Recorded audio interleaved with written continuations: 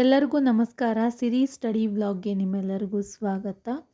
ಇವತ್ತು ನಾನು ಸ್ವಲ್ಪ ಅಭ್ಯಾಸ ಮಾಡೋದು ಜಾಗ ಚೇಂಜ್ ಮಾಡ್ಕೊಂಡಿನಿ. ಇಷ್ಟು ದಿವಸ ಚಳಿ ಇತ್ತಲ್ಲ, ಹೀಗಾಗಿ ಒಳಗಡೆನೇ ಕುಂದಿರ್ತಿದ್ದೆ. ಹೊರಗಡೆ ಗಿಡ ಅದು ಇರೋದ್ರಿಂದ ಅಲ್ಲಿನೂ ಕೂಡ ತಂಪು ಭಾಳ ಇತ್ತು. ಅದಕ್ಕೋಸ್ಕರ ಸ್ವಲ್ಪ ಜಾಗವನ್ನು ಚೇಂಜ್ ಮಾಡ್ಕೊಂಡಿನಿ. ಬಿಸಿಲು ಕೂಡ ಅಷ್ಟೊಂದು ಜಾಸ್ತಿ ಇರಲಿಲ್ಲ, ಇನ್ನೂ ಅಷ್ಟು ಜೋರು ಜಾಸ್ತಿ ಆಗಿರಂಗಿಲ್ಲ ಈಗ. ಅದಕ್ಕೋಸ್ಕರ ಸ್ವಲ್ಪ ಹೊತ್ತು ಮಧ್ಯಾಹ್ನದ ಟೈಮಲ್ಲಿ ಈ ರೀತಿ ಹೊರಗಡೆ ಕುಂತು ಅಭ್ಯಾಸ ಮಾಡಿದಾಗ ಏನೋ ಒಂಥರ ಖುಷಿ. ಯಾಕಂದ್ರೆ ಸೈಲೆಂಟಾಗಿರ್ತೈತೆ ಮಧ್ಯಾಹ್ನ, ಯಾವುದೇ ರೀತಿಯಾದಂತಹ ಗದ್ದಲ ಇರೋಂಗಿಲ್ಲ. ನಮ್ಮ ಮನೆ ಹತ್ರ ಅಭ್ಯಾಸ ಮಾಡೋಕ್ಕೆ ಒಂದು ಹೇಳಿ ಮಾಡಿಸಿದಂತಹ ಪ್ಲೇಸ್ ಇದು. ಬಟ್ ಸಾಯಂಕಾಲದಲ್ಲಿ ಹುಳಾದು ಕಡಿತಾವಂತ ಹೇಳಿ ನಾನು ಒಳಗಡೆನೇ ಕುಂತಿರ್ತೀನಿ. ಈಗ ನಾನು ಮಧ್ಯಾಹ್ನದ ಟೈಮಲ್ಲಿ ಕಂಪ್ಯೂಟರ್ ಸ್ಟಾರ್ಟ್ ಮಾಡ್ಕೊಂಡಿನಿ. ಬೆಳಿಗ್ಗೆ ನನ್ನ ಕೆಲಸದೊಂದಿಗೆ ಜಿ ಕೆ ಅಭ್ಯಾಸವನ್ನು ಸ್ಟಾರ್ಟ್ ಮಾಡ್ಕೊಂಡಿದ್ದೆ. ಅಂದರೆ ಜಿ ಕೆ ಸಿರೀಸ್ಗಳನ್ನು ರಿಪೀಟಾಗಿ ರಿವಿಷನ್ಗಾಗಿ ನೋಡ್ಕೊಳಕ್ತಿದ್ದೆ. ಅದಾದಮೇಲೆ ಮಧ್ಯಾಹ್ನದ ಹೊತ್ತಿನಲ್ಲಿ ಕಂಪ್ಯೂಟರ್ ಸ್ಟಾರ್ಟ್ ಮಾಡ್ಕೊಂಡಿನಿ. ನಿಮಗೆಲ್ಲರಿಗೂ ಗೊತ್ತಿರುವಂಗೆ ಸಂಕ್ರಾಂತಿ ಹಬ್ಬದ ಮುಂಚೆ 13ನೇ ತಾರೀಕು ಸ್ಟಡಿ ರೂಟೀನ್ ಜನವರಿ 2020 MS ವರ್ಡ್ಗೆ ಸಂಬಂಧಪಟ್ಟಂಗೆ ಒಂದು ಮ್ಯಾರಥಾನ್ ವಿಡಿಯೋ ಇತ್ತು. ಅಂದರೆ 3.5 ತಾಸಿಂದು ಒಂದು ವಿಡಿಯೋ ಐತಿ. MJ ಅಕಾಡೆಮಿಯಲ್ಲಿ ಸುನಿಲ್ ಚೌಹಾಣ್ ಸರ್ದೆ. ಬಟ್ ಇನ್ನೂ ಕಂಪ್ಲೀಟ್ ಆಗಿರಲಿಲ್ಲ, ಯಾಕಂದ್ರೆ ಸ್ವಲ್ಪ ಡಿಟೇಲಾಗಿ ಓದ್ಕೋಬೇಕು MS ವರ್ಡ್. ಹೀಗಾಗಿ ಅದನ್ನು ನೋಡಿಕೊಂಡು ಓದ್ಕೊಳ್ಳೋಕೆ ಸ್ವಲ್ಪ ನನಗೆ ಟೈಮ್ ಜಾಸ್ತಿ ಹಿಡಿತು.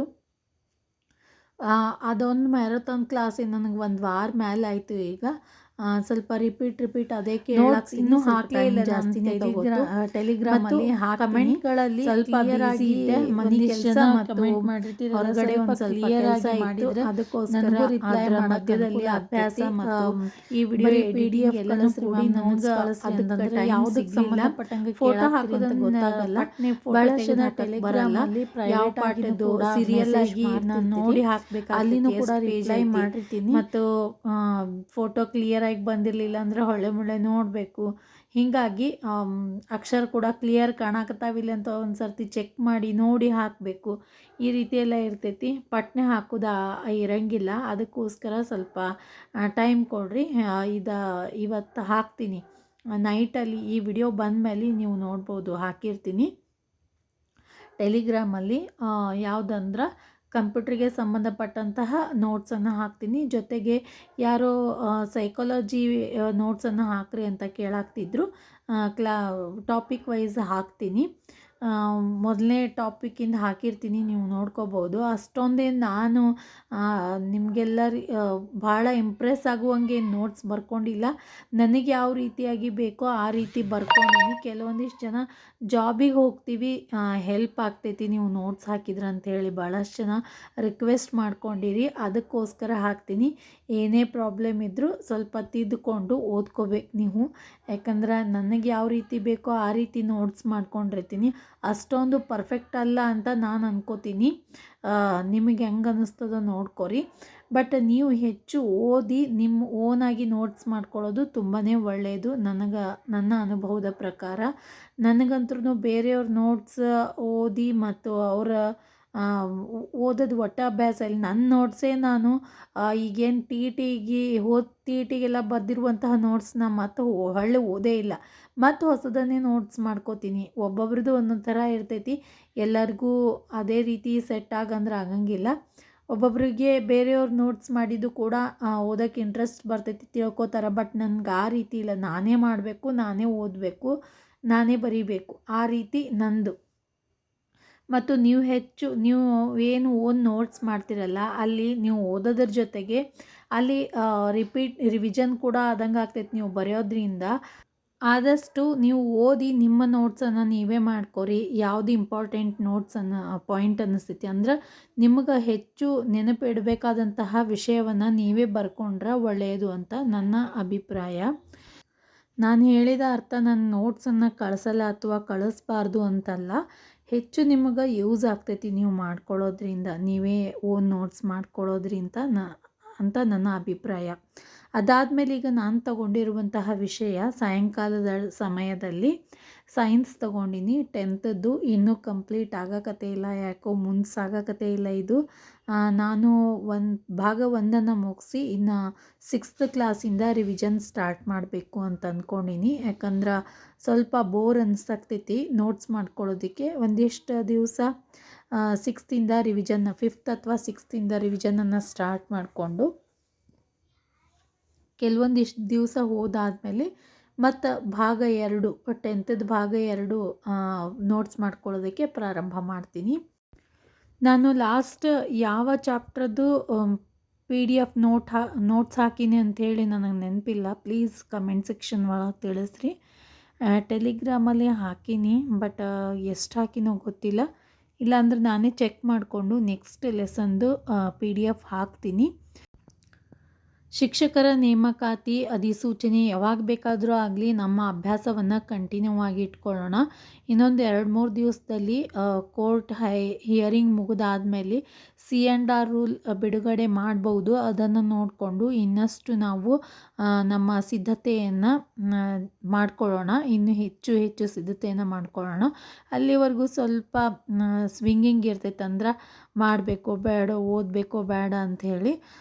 ಬಟ್ ನಮ್ಮ ಅಭ್ಯಾಸವನ್ನು ಸತತವಾಗಿ ಇಟ್ಕೊಂಡ್ರೆ ಎಕ್ಸಾಮ್ ಟೈಮಲ್ಲಿ ನಮ್ಗೆ ಓನ್ಲಿ ರಿವಿಷನ್ಗಾಗಿ ನಾವು ಹೆಚ್ಚು ಟೈಮ್ ಕೊಡೋದನ್ನು ಒಳ್ಳೆಯದು. ಮತ್ತು ಜಾಬಿಗೆ ಹೋಗೋರು ಬಹಳಷ್ಟು ಜನ ಕೇಳಾಗ್ತಿದ್ರಿ ಯಾವ ರೀತಿಯಾಗಿ ನಮ್ಮ ಅಭ್ಯಾಸದ ರೊಟೀನನ್ನು ಇಟ್ಕೋಬೇಕು ಅಂಥೇಳಿ. ಮತ್ತು ನನ್ನ ಟೈಮ್ ಟೇಬಲನ್ನು ಕೇಳಾಗ್ತಿದ್ರಿ. ನಾನು ಏನು ಅಭ್ಯಾಸ ನಿಮಗೆ ತೋರಿಸ್ತೀನಲ್ಲ ಅದೇ ನನ್ನ ಟೈಮ್ ಟೇಬಲ್.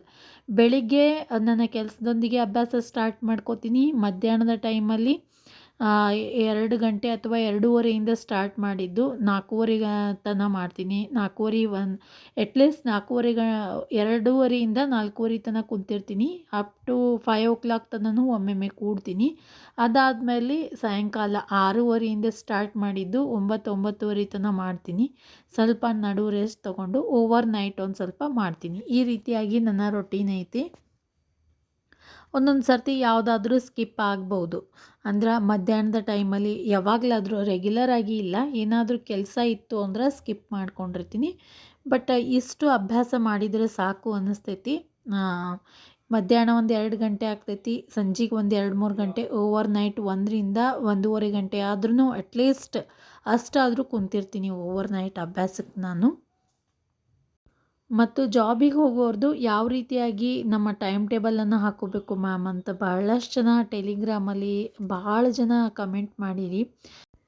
ನೀವು ನಶಿಗ್ನಾಗ ಎದ್ದು 1 ಗಂಟೆ ಆದರೂ ಅಭ್ಯಾಸ ಮಾಡೋದು ಒಳ್ಳೆಯದು. ಬಂದಮೇಲೆ ನಿಮಗೆ ಟೈಮ್ ಸಿಗ್ತದಂತ ಗೊತ್ತಿಲ್ಲ, ಫುಲ್ ಟಯರ್ಡ್ ಆಗಿರ್ತೀರಿ. 1:30-2 ಗಂಟೆನಾದರೂ ಅಭ್ಯಾಸ ಮಾಡ್ಕೋರಿ ಮುಂಜಾನೆ ಎದ್ದು. ಆಮೇಲೆ ನಿಮ್ಮ ಕೆಲಸದೊಂದಿಗೆ ವಿಡಿಯೋಸ್ಗಳನ್ನು ಯಾವಾಗಲೂ ಕೇಳ್ತಾನೆ ಇರ್ರಿ. ನೀವೇನು ಮುಂಜಾನೆ ಏನು ಅಭ್ಯಾಸ ತೊಗೊತಿರಲ್ಲ ಅಲ್ಲಿ ನೀವು ಯಾವ ವಿಷಯದಲ್ಲಿ ವೀಕ್ ಅದೀರಿ, ಅಂದ್ರೆ ನಿಮ್ಮದು ಹೆಚ್ಚು ಓದ್ಕೋಬೇಕಾಗೈತಿ, ಈ ಸಬ್ಜೆಕ್ಟ್ ನನಗೆ ಹೆಚ್ಚು ಬರೋಂಗಿಲ್ಲ. ಕಂಪ್ಯೂಟ್ರ್ ಭಾಳಷ್ಟು ಜನ ಕಮೆಂಟ್ ಮಾಡಾಕ್ತಿದ್ರಿ ಕಂಪ್ಯೂಟ್ರ್ ಸಬ್ಜೆಕ್ಟ್ ನಮಗೆ ತಿಳಿಲಾಕತ್ತಿಲ್ಲ ಅಂಥೇಳಿ. ಅದನ್ನು ರಿಪೀಟ್ ಓದ್ಕೊಳ್ಳೋದ್ರಿಂದ ನಿಮಗೆ ಪರ್ಫೆಕ್ಟಾಗಿ ಬಂದೇ ಬರ್ತೈತಿ. ಈ ರೀತಿಯಾಗಿ ಸೈಕಾಲಜಿ ಆಗಿರ್ಬೋದು, ನಿಮಗೆ ಯಾವುದು ಟಫ್ ಅನ್ನಿಸ್ತೈತಿ ಅದನ್ನು ತಗೊಂಡು ಕೂಡ್ರಿ ಬೆಳಿಗ್ಗೆ ಟೈಮಲ್ಲಿ. ಮತ್ತು ಉಳಿದ ಟೈಮಲ್ಲಿ ರಿವಿಷನ್ಗಾಗಿ ಅಂದರೆ ಕೆಲಸದ ಟೈಮಲ್ಲಿ ನೀವು ರಿವಿಷನ್ಗಾಗಿ ವಿಡಿಯೋಸ್ಗಳನ್ನು ಕೇಳ್ಕೊತ ಹೋಗ್ರಿ. ಸಾಯಂಕಾಲ ಟೈಮ್ ಸಿಕ್ತು ಅಂದ್ರೆ ಹೊಸ ವಿಷಯಗಳನ್ನು ಓದ್ಕೊಳ್ಳೋದಕ್ಕೆ ಪ್ರಾರಂಭ ಮಾಡಿರಿ. ಇಲ್ಲಾಂದ್ರೆ ಮನ್ಕೊಳ್ಳೋದಕ್ಕಿಂತ ಮುಂಚೆ 1-1:30 ಗಂಟೆನಾದರೂ ನೀವು ಯಾವುದು ಮ್ಯಾಥ್ಸನ್ನು ಬಿಡಿಸ್ರಿ. PST ಮ್ಯಾಥ್ಸ್ ಅಂತೂ ಕಂಪಲ್ಸರಿ ಬೇಕೇ ಬೇಕು. ಅದಕ್ಕೋಸ್ಕರ 1-1:30 ತಾಸಾದರೂ ಸಾಯಂಕಾಲ ಅಥವಾ ರಾತ್ರಿ ಮಲ್ಗೋಕ್ಕಿಂತ ಮುಂಚೆ ನೀವು ಮ್ಯಾಥ್ಸ್ ಉದಯ ಸ್ಟಡಿ ಸರ್ಕಲ್ ಆದರೂ ನೋಡಿರಿ, ಯಾವುದಾದ್ರೂ ನಿಮಗೆ ಯಾವ್ದು ಚಾನಲ್ ಚಲೋ ಅನ್ನಿಸ್ತೈತಿ ಅದನ್ನು ನೋಡಿಕೊಂಡು ಅಭ್ಯಾಸ ಮಾಡಿರಿ. ಜೊತೆಗೆ ಇವತ್ತು ನಾನು ಹಬ್ಬಕ್ಕೋಸ್ಕರ ಹೋಳಿಗೆಯನ್ನು ಮಾಡಬೇಕಾಗಿತ್ತು. ಆಲ್ರೆಡಿ ನಾನು ಟೆಲಿಗ್ರಾಮಲ್ಲಿ ನಿಮಗೆ ಹೇಳಿದ್ದೆ ಹಬ್ಬಕ್ಕೋಸ್ಕರ ಹೋಳಿಗೆ ಮಾಡಬೇಕಾಗೈತಿ ಅಂಥೇಳಿ. ಅದಕ್ಕೇನು ಮಾಡಿದೆ ಇವತ್ತು ಆಲ್ಮೋಸ್ಟ್ ನಾನು ಸೈನ್ಸ್ ವಿಡಿಯೋಸ್ಗಳನ್ನು ಮೇಡಮ್ ಅವ್ರದ್ದು ಎಲ್ಲ ವಿಡಿಯೋಸ್ಗಳನ್ನು ನೋಡಿದ್ದೆ. ಯಾರ್ದು SR ಎಜುಕೇಷನ್ ಚಾನಲಲ್ಲಿ ಸುನೀತಾ ಮ್ಯಾಮ್ ಅವ್ರು ಹೇಳಿರುವಂತಹ ಸೈನ್ಸ್ ವಿಡಿಯೋಸ್ಗಳನ್ನು ಎಲ್ಲ ನೋಡಿದ್ದೆ. ಬಟ್ ಅದನ್ನು ಇವತ್ತು ರಿವಿಷನ್ ಮಾಡಿಕೊಂಡ್ರಾಯ್ತು. ನನ್ನ ಹೋಳಿಗೆ ಜೊತೆಗೆ 1-2 ಗಂಟೆನಾದರೂ ಬೇಕೇ ಆಗ್ತೈತಿ ಈಗ ಹೋಳಿಗೆ ಮುಗಿಸ್ಬೇಕಂದ್ರೆ. 2-2.5 ಗಂಟೆ ಆದರೂ ಬೇಕೇ ಬೇಕು. ಅದಕ್ಕೋಸ್ಕರ ಜೊತೆಗೆ ನಾನು ಆ ವಿಡಿಯೋಸ್ಗಳನ್ನು ನೋಡಿಕೊಂಡ್ರೆ ರಿವಿಷನ್ ಆಗ್ತದಂಥೇಳಿ ಇವತ್ತು ಅದನ್ನೇ ನೋಡ್ಕೋತಾ ನನ್ನ ಹೋಳಿಗೆ ಕೆಲಸವನ್ನು ಪ್ರಾರಂಭ ಮಾಡ್ಕೊಂಡೀನಿ. ನೀವೆಲ್ಲರೂ ಕೂಡ ಇದೇ ರೀತಿಯಲ್ಲಿ ಮಾಡಿರ್ತೀರಿ ಅಂತ ನನಗೆ ಗೊತ್ತು. ಯಾಕಂದ್ರೆ ಗೃಹಿಣಿಯರು ಇದೇ ರೀತಿಯಾಗಿಯೇ ನಮ್ಮ ಅಭ್ಯಾಸವನ್ನು ಇಟ್ಕೊಳ್ಳೇಬೇಕು. ಯಾಕಂದ್ರೆ ನಮಗೆ ಟೈಮೇ ಸಿಗಂಗಿಲ್ಲ. ಇಂಥ ಟೈಮನ್ನು ನಾವು ಅಂದರೆ ಕೆಲಸದ ಟೈಮನ್ನು ನಾವು ರಿವಿಷನ್ಗಾಗಿ ಇಟ್ಕೊಂಡ್ವಿ ಅಂತಂದ್ರೆ ಬಹಳ ಉತ್ತಮ. ಹೊಸದಾಗಿ ನಾನು ವಿಷಯವನ್ನು ಓದ್ಕೋತೀನಿ ತಿಳ್ಕೊತೀನಿ ಅಂತಂದ್ರೆ ಸ್ವಲ್ಪ ಅಲ್ಲಿ ನಾವು ಲಕ್ಷ್ಯ ಕೊಟ್ಟು ನೋಡ್ಕೋಬೇಕಾಗ್ತೈತಿ. ಮೊಬೈಲ್ನೂ ಲಕ್ಷ್ಯ ಕೊಟ್ಟು ನೋಡಬೇಕು, ನಾವು ಕಾನ್ಸಂಟ್ರೇಟಾಗಿ ನೋಟ್ಬುಕ್ ಪೆನ್ ಹಿಡ್ಕೊಂಡು ಕೂಡಬೇಕು. ಬಟ್ ಈ ರೀತಿ ರಿವಿಷನ್ ಟೈಮಲ್ಲಿ ಜಸ್ಟ್ ಕೇಳಿರುವಂತಹ ಅಥವಾ ಓದಿರುವಂತಹ ವಿಷಯವನ್ನೇ ರಿವಿಷನ್ಗಾಗಿ ಈ ರೀತಿ ಮಾಡೋದ್ರಿಂದ ವಿಷಯ ಕೂಡ ಪರ್ಫೆಕ್ಟ್ ಆಗ್ತೈತಿ, ನಮ್ಮ ಕೆಲಸನೂ ಕೂಡ ಆಗ್ತೈತಿ. ಈ ರೀತಿಯಾಗಿ ನನ್ನ ಅಭ್ಯಾಸದ ರೊಟೀನ್ ನಡೀತಿರ್ತೈತಿ. ಯಾವಾಗಲೂ ಕೂಡ ಒಂದು 4-5 ವರ್ಷ ಆಯಿತು ಟಿ ಇ ಟಿಗಾಗಿರ್ಬೋದು ಮತ್ತು ಈಗ ಸಿ ಇ ಟಿಗೆ ಏನು ಪ್ರಿಪ್ರೇಷನ್ ಮಾಡಾಕ್ತೀನಿ ಅದೇ ರೂಲನ್ನು ಫಾಲೋ ಮಾಡ್ತೀನಿ. ನಿಮಗೆಲ್ಲರಿಗೂ ಕೂಡ ಈ ಥರದ ವಿಡಿಯೋಸ್ಗಳು ಒಂದು ರೀತಿಯಾದಂತಹ ಮೋಟಿವೇಶನ್ ಆಗ್ತಾವು ಅಂತ ನನ್ನ ಅಭಿಪ್ರಾಯ. ಈಗೇನು ನೋಡಾಕ್ತಿರಲ್ಲ ಇದೇ ರೀತಿಯಾಗಿ ಬೆಳಗ್ಗೆನೂ ಕೂಡ ನನ್ನ ಚಪಾತಿ ರೊಟ್ಟಿ ಕೆಲಸ ಮಾಡಬೇಕಾದ್ರೂ ಕೂಡ ಇದೇ ರೀತಿಯಾಗಿ ವಿಡಿಯೋಸ್ಗಳನ್ನು ನೋಡ್ತಾನೆ ನಾನು ನನ್ನ ಕೆಲಸವನ್ನು ಮಾಡ್ತಿರ್ತೀನಿ. ಪಾತ್ರೆ ತೊಳಿಬೇಕಾದ್ರೂ ಕೂಡ ಮತ್ತು ಪಲ್ಯ ಮಾಡೋದು ಡ್ಯೂಟಿ ಇತ್ತಂದ್ರೂ ಕೂಡ ಇದೇ ರೀತಿಯಾಗಿ ನನ್ನ ಅಭ್ಯಾಸದ ರೊಟೀನನ್ನು ಇಟ್ಕೋತೀನಿ. ಆದಷ್ಟು ರಿವಿಷನ್ ವಿಡಿಯೋಸ್ಗಳನ್ನು ಕೇಳೋದಕ್ಕೆ ಪ್ರಯತ್ನ ಪಡ್ತೀನಿ. ಹೊಸ ವಿಷಯ ನೋಡೋಂಗಿಲ್ಲ, ಮೊದಲು ಓದಿರುವಂತಹ ವಿಷಯಗಳನ್ನೇ ರಿವಿಷನ್ ಆಗಿ ಓದ್ಕೋತೀನಿ. ಇವೆಲ್ಲ ಹೊಸದಾಗಿ ನೋಡೋರಿಗೆ ಅಂದರೆ ನನ್ನ ಚಾನಲ್ ವಿಡಿಯೋಸ್ಗಳನ್ನು ಹೊಸದಾಗಿ ಯಾರು ನೋಡ್ತಿರ್ತಾರಲ್ಲ ಅವರಿಗೆ ಮೋಟಿವೇಶನ್ ವಿಡಿಯೋಸ್ಗಳನ್ನು ಕೋರಿ. ಯಾಕಂದ್ರೆ ಮೊದಲಿಂದ ನೋಡೋರಿಗೆಲ್ಲ ಗೊತ್ತಿರ್ತೈತಿ ನನ್ನ ರೊಟೀನ್ ಯಾವ ರೀತಿ ಐತೆ ಅಂಥೇಳಿ. ಬಟ್ ಈ ರೀತಿ ನಾನು ಪ್ರತಿಯೊಂದು ವಿಡಿಯೋದಲ್ಲಿನೂ ಕೂಡ ಹೇಳಬೇಕಾಗ್ತೈತಿ, ತೋರಿಸ್ಬೇಕಾಗ್ತದೆ. ಯಾಕಂದ್ರೆ ಎಲ್ಲರೂ ಕೂಡ ಡೈಲಿ ನೋಡೋಂಗಿಲ್ಲ. ಒಂದು ಡೈಲಿ ಒಬ್ಬೊಬ್ಬರು ಇಬ್ಬಿಬ್ಬರಾದ್ರೂ ಹೊಸಬ್ರು ಇದ್ದೇ ಇರ್ತಾರೆ. ಅವರಿಗೆಲ್ಲ ಈ ವಿಡಿಯೋಸ್ಗಳು ಮೋಟಿವೇಶನ್ ಆಗಬೇಕು ಅಂತಂದ್ರೆ ನಾನು ಹಿಂದೆ ಹೇಳಿದ್ನೆಲ್ಲ ಹಂಗೆ ಮಾಡ್ತೀನಿ ಹಿಂಗೆ ಮಾಡ್ತೀನಿ ಅಂತಲ್ಲ, ನಾನು ತೋರಿಸ್ದಾಗೆ ಅವ್ರಿಗೆ ಗೊತ್ತಾಗೋದು. ನನ್ನ ಸ್ಟಡಿ ರೊಟೀನ್ ಯಾವ ರೀತಿ ಐತೆ ಅಂಥೇಳಿ ಅವ್ರಿಗೆ ಈ ರೀತಿ ತೋರಿಸ್ದಾಗನೇ ಅನುಕೂಲ ಆಗ್ತೈತೆ ಅವ್ರಿಗೂ ಕೂಡ ತಮ್ಮ ಟೈಮನ್ನು ಸೆಟ್ ಮಾಡ್ಕೊಳ್ಳೋದಕ್ಕೆ. ಈ ರೀತಿಯಾಗಿ ನನ್ನ ಕೆಲಸದೊಂದಿಗೆ ಇವತ್ತಿನ ಅಭ್ಯಾಸ ಇತ್ತು. ಎಲ್ಲರೂ ಕೂಡ ನೀವು ಹೋಳಿಗೆ ಮಾಡಿರಿ ಅಂತ ಅಂದ್ಕೋತೀನಿ. ಇಷ್ಟೆಲ್ಲ ಹೋಳಿಗೆ ಆದಮೇಲೆ ಮತ್ತು ರಾತ್ರಿ ಊಟ ಎಲ್ಲ ಮಾಡಿಕೊಂಡು ಸ್ವಲ್ಪ ಲೇಟನೇ ಆಯ್ತು ಎಲ್ಲ ಕೆಲಸ. ಹೆಂಗಿದ್ರೂ ಲೇಟ್ ಆಗಿರ್ತೈತಿ. ಸ್ವಲ್ಪ ಮಧ್ಯಾಹ್ನ ರೆಸ್ಟ್ ಆಗಿತ್ತು ಇವತ್ತು. ಅದಕ್ಕೋಸ್ಕರ ಲೇಟ್ ನೈಟ್ ಅಭ್ಯಾಸವನ್ನು ಕೂಡ ಸ್ಟಾರ್ಟ್ ಮಾಡ್ಕೊಂಡೀನಿ. ಏನೋ ಗೊತ್ತಿಲ್ಲ ನೋಡ್ರಿ, ಅಷ್ಟು ಕೆಲಸ ಆದ್ರೂ ಕೂಡ ಇವತ್ತು ನನಗೆ ಅಭ್ಯಾಸ ಕೊಡಬೇಕಾದ್ರೆ ಒಟ್ಟು ಬೋರ್ ಅನ್ನಿಸ್ಲಿಲ್ಲ. ಇದು ಮಾಡಿನೇ ಮನ್ಕೋಬೇಕು ಅಂಥೇಳಿ ಮತ್ತು ನಾನು ಓವರ್ನೈಟ್ ಸ್ಟಡಿಯನ್ನು ಮಾಡ್ಕೊಳಕತ್ತೀನಿ. ಓವರ್ನೈಟ್ ಸ್ಟಡಿಯಲ್ಲಿ ನಾನು ಹೆಚ್ಚಾನೆಚ್ಚು ಮ್ಯಾಥ್ಸ್ ವಿಷಯವನ್ನೇ ತಗೋತೀನಿ. ಯಾಕಂದ್ರೆ ನನಗೆ ತುಂಬಾ ಇಷ್ಟವಾದಂತಹ ವಿಷಯ, ಬಿಡ್ಸೋಕ್ಕೂ ಕೂಡ ತುಂಬಾ ಇಂಟ್ರೆಸ್ಟ್ ಬರ್ತೈತಿ. ನಾವು ರಾತ್ರಿ ಟೈಮಲ್ಲಿ ಇಂಟ್ರೆಸ್ಟ್ ಇರುವಂತಹ ವಿಷಯವನ್ನು ತಗೊಳ್ಳೋದು ಒಳ್ಳೆಯದು. ಇಂಟ್ರೆಸ್ಟ್ ಇರಲಾರ್ದ ವಿಷಯವನ್ನು ನಾವು ಹಗಲತ್ತು ಕೂಡ ತೊಗೊಂಡ್ರೂ ಅವಾಗ ನಿದ್ದೆನೇ ಬರ್ತೈತಿ. ಇನ್ನು ಓವರ್ ನೈಟಲ್ಲಿ ಅದನ್ನೇ ಹಿಡ್ಕೊಂಡು ಕುಂತ್ವಿ ಅಂತಂದರೆ ಇನ್ನೂ ಜಾಸ್ತಿ ನಿದ್ದೆ ಬರ್ತದೆ. ಅದಕ್ಕೋಸ್ಕರ ನಿಮ್ಗೆ ಯಾವ್ದು ಸರಳ ಅಥವಾ ಇಂಟ್ರೆಸ್ಟ್ ಇರುವಂತಹ, ನಾನು ಓದೋಕ್ಕೆ ನನಗೆ ಭಾಳ ಇಷ್ಟ ಅನ್ನುವಂತಹ ವಿಷಯವನ್ನು ತೊಗೊಂಡು ಕೂಡ್ರಿ. ಅವಾಗ ಸ್ವಲ್ಪ ನಿದ್ದೆನೂ ಕಂಟ್ರೋಲ್ ಆಗ್ತೈತಿ, ಓದೋಕ್ಕೂ ಕೂಡ ಇಂಟ್ರೆಸ್ಟ್ ಬರ್ತೈತಿ. ಮತ್ತು ಎಲ್ಲರೂ ಕೇಳಾಗ್ತಿದ್ರಿ ಟಿ ಇ ಟಿಯಲ್ಲಿ ಸೈನ್ಸ್ಗೆ ಮತ್ತು ಮ್ಯಾಥ್ಸ್ಗೆ ನಿಮ್ಗೆ ಮಾರ್ಕಸ್ ಎಷ್ಟು ಬಿದ್ದಾವಂತ ಹೇಳಿ. ನನಗೆ ಮ್ಯಾಥ್ಸಲ್ಲಿ 27 ಮಾರ್ಕ್ಸ್ ಬಿದ್ದಾವು. ಪ್ರಾಬ್ಲಮ್ಸ್ಗಳಲ್ಲಿ ಯಾವುದೂ ತಪ್ಪಾಗಿಲ್ಲ, ಎಲ್ಲನೂ ಕೂಡ ಒಂದು ತಪ್ಪಾಗಿಲ್ಲ. ಪ್ರಾಬ್ಲಮ್ಸಲ್ಲಿ ಎಷ್ಟು ಕರೆಕ್ಟಾಗ್ಯಾವು. ಇನ್ನೇನು ಪೆಡಗಾಗಿಯಲ್ಲಿ ನಾನು 3 ತಪ್ಪು ಮಾಡೀನಿ. ನಾನು ಪೆಡಗಾಗಿ ಆ್ಯಕ್ಚುಲಿ ಒಟ್ಟು ಓದಿರಲಿಲ್ಲ. ಲಾಸ್ಟ್ ಒನ್ ಡೇ ಬಿಫೋರ್ ಅಷ್ಟೇ, ನಾನು ಎಕ್ಸಾಮ್ಗೆ 1 ಡೇ ಬಿಫೋರ್ ಅಷ್ಟೇ ಸ್ವಲ್ಪ ಪೆಡಗಾಗಿ ಸೈನ್ಸ್ ಮತ್ತು ಮ್ಯಾಥ್ಸ್ ಬಗ್ಗೆ ಸ್ವಲ್ಪ ಅಭ್ಯಾಸ ಮಾಡಿದ್ದೆ. ಅದನ್ನು ಬಿಟ್ಟರೆ ಹೆಚ್ಚು ಓದ್ಕೊಳ್ಳೋಕ್ಕೆ ಹೋಗಿರಲಿಲ್ಲ. ಸ್ವಲ್ಪ ಅದು ಮಿಸ್ ಹೊಡಿತು ಅಂತ ಅಂದ್ಕೋತೀನಿ. ಸ್ವಲ್ಪ ಡೈಲಿ ಅಭ್ಯಾಸ ಮಾಡಬೇಕಾಗಿತ್ತು, 1 ವಾರ ಇರೋಕ್ಕಾಗಲೇ. ಎಲ್ಲ ಒಟ್ಟಿಗೆ ಓದ್ತೀನಿ ಅಂದರೆ ಆಗಂಗಿಲ್ಲ. ಬಟ್ ಚಲೋ ಆಗೈತೆ. ಪ್ರಾಬ್ಲಮ್ಸ್ ಎಲ್ಲ ಸಾಲ್ವ್ ಮಾಡೀನಿ. ಪೆಡಗಾಗಿಯಲ್ಲಿನೇ 6ರಲ್ಲಿ 3 ಅಷ್ಟೇ ಬಿದ್ದಾವೆ ನಂಗೆ. ಅದನ್ನು ಬಿಟ್ಟರೆ ಸೈನ್ಸಲ್ಲಿ 22 23 ಬಿದ್ದಾವು. ಅದನ್ನು ಕೂಡ ಚಲೋ ಆಗೈತಿ. ಇನ್ನೊಂದು ಸ್ವಲ್ಪ ಹೆಚ್ಚಿಗೆ ಮಾರ್ಕ್ಸ್ ತಗೋಬೇಕಾಗಿತ್ತು. ಕೆಲವೊಂದಿಷ್ಟು ಕ್ವಶನ್ಸ್ಗಳನ್ನು ನಾನು ಸ್ವಲ್ಪ ಕನ್ಫ್ಯೂಸ್ ಮಾಡಿಕೊಂಡೆ ಸೈನ್ಸಲ್ಲಿ. ಅದನ್ನು ಬಿಟ್ಟರೆ ಇನ್ನೂ ಸ್ಕೋರ್ ಚಲೋ ಆಗ್ತಿತ್ತು. ಪರವಾಗಿಲ್ಲ, ಆ ಮಾರ್ಕ್ಸ್ಗಳನ್ನು ಸಿ ಇ ಟಿಯಲ್ಲಿ ಕವರ್ ಮಾಡ್ಕೊಂಡ್ರಾಯ್ತು ಅಂಥೇಳಿ ಹೆಚ್ಚು ಹೆಚ್ಚು ಓದೋದಕ್ಕೆ ಪ್ರಾರಂಭ ಮಾಡೀನಿ ಈಗಿಂದನೇ. ಅದೆಷ್ಟು ಸಕ್ಸಸ್ ಆಗ್ತದೋ ಗೊತ್ತಿಲ್ಲ. ಲಕ್ ಅಂತೂ ಬೇಕೇ ಬೇಕು. ನಮ್ಮ ಪ್ರಯತ್ನದ ಜೊತೆಗೆ ನಮ್ಮ ಲಕ್ ಅಂತೂ ಬೇಕೇ ಬೇಕು. ಬಟ್ ಪ್ರಯತ್ನವನ್ನು ಪಡಲೇಬೇಕಲ್ಲ, ಅದಕ್ಕೋಸ್ಕರ ಈ ರೀತಿ ಇವತ್ತಿನ ಅಭ್ಯಾಸದ ರೊಟೀನ್ ಇತ್ತು. ಮನೆ ಕೆಲಸನೂ ಜಾಸ್ತಿ ಆಯಿತು, ಜೊತೆಗೆ ನನ್ನ ಅಭ್ಯಾಸನೂ ಕೂಡ ಹೆವಿ ರೊಟೀನ್ ಆಯ್ತು ಇವತ್ತು ನನ್ನ ಅಭ್ಯಾಸದ್ದು ಕೂಡ.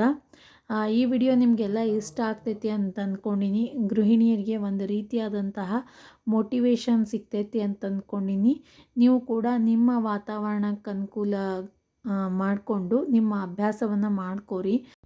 ಈ ವಿಡಿಯೋ ನಿಮಗೆಲ್ಲ ಇಷ್ಟ ಆಗಿತ್ತು ಅಂದರೆ ಲೈಕ್ ಮಾಡಿರಿ. ನಿಮ್ಮ ಫ್ರೆಂಡ್ಸ್ ಮತ್ತು ಫ್ಯಾಮ್ಲಿ ಜೊತೆ ವಿಡಿಯೋಸ್ಗಳನ್ನು ಶೇರ್ ಮಾಡ್ಕೋರಿ. ಹಾಗೆ ನಮ್ಮ ಚಾನಲ್ಗೆ ಹೊಸದಾಗಿ ಬಂದಿದ್ರಿ ಅಂತಂದ್ರೆ ಸಬ್ಸ್ಕ್ರೈಬ್ ಮಾಡ್ಕೊಂಡು ನೋಡಿರಿ. ವಿಡಿಯೋ ನೋಡಿದ್ದಕ್ಕೆ ಧನ್ಯವಾದಗಳು.